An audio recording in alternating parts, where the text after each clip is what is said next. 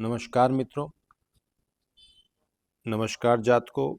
आज मैं आपको हाथ को किस प्रकार से देखा जाता है, हाथ को किस प्रकार से साइंटिफिक दृष्टिकोण से पता लगाया जा सकता है कि कैसे देखा जाता है।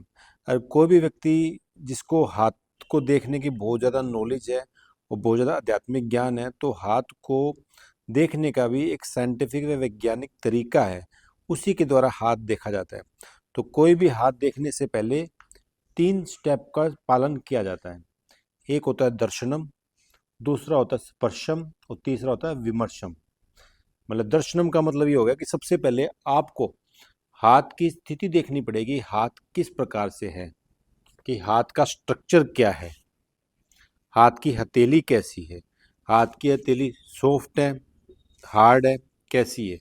और दूसरी बात, हाथ की हथेली के पीछे वाला स्थान कैसा है, कि हाथ की पीछे की हथेली किस प्रकार से बनी हुई है, बॉडी के स्किन के कलर से हाथ की हथेली कितनी मैच होती है, हाथ सॉफ्ट है, हार्ड है, चौड़ा है, पतला है, मांसल है, किस प्रकार से हाथ है उसका, कि उससे ये पता चलता है कि हाथ की अवस्था को देखकर, कि सर्वप्रथम हमको हाथ की अवस्था देखनी चाहिए, दर्शनम करना चाहिए सिर्फ हाथ का बिना छुए, कि हाथ किस प्रकार का है, उसकी बॉडी के कलर से वो मैच होता है, उसके नाखून कैसे हैं, उसके नाखून लंबे हैं, छोटे हैं और किस प्रकार से हैं।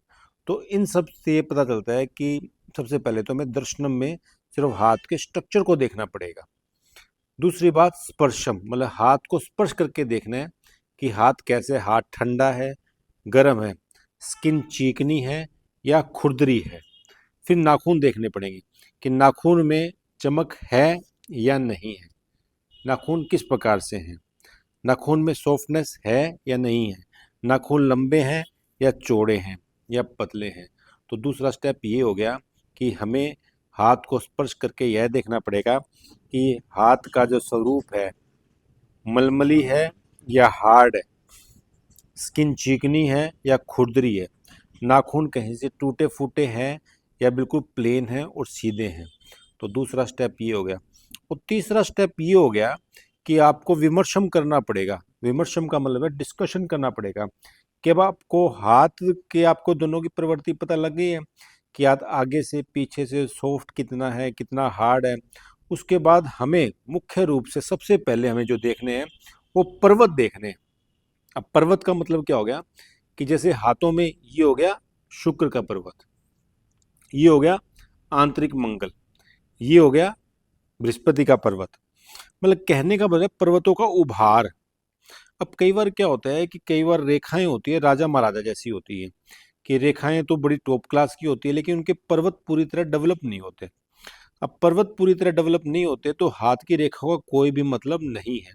तो सबसे पहले हाथ देखने से पहले विमर्शन के दौरान सबसे पहले हमें ये देखने पड़ेगा कि पर्वतों की स्थिति क्या है, पर्वत से इस तरीके से है या नहीं है, बिल्कुल सपाट हाथ तो नहीं है।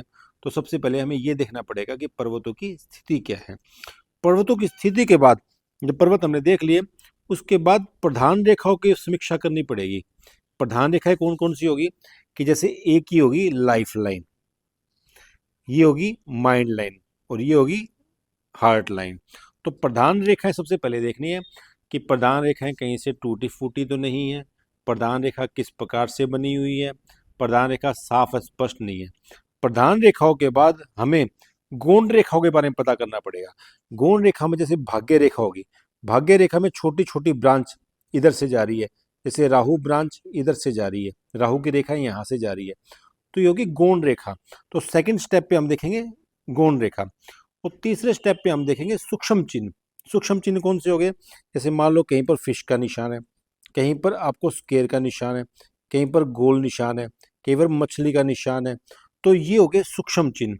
तो इन सब को देखते हुए स्टेप बाय स्टेप इनकी स्थिति, इनका आकार देखकर हम पता करेंगे कि हाथ को देखने की वैज्ञानिक प्रवृत्ति है, वैज्ञानिक विधि है।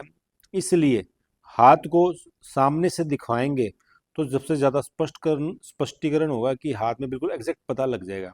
लेकिन अगर आप फोटो भी भेजते हो किसी को, तो सिर्फ आपको हाथ के सभी एंगल की फोटो भेजनी चाहिए, आगे पीछे दाएं ऊपर नीचे हर कोण में नाखूनों की हर प्रकार से फोटो भेजनी चाहिए।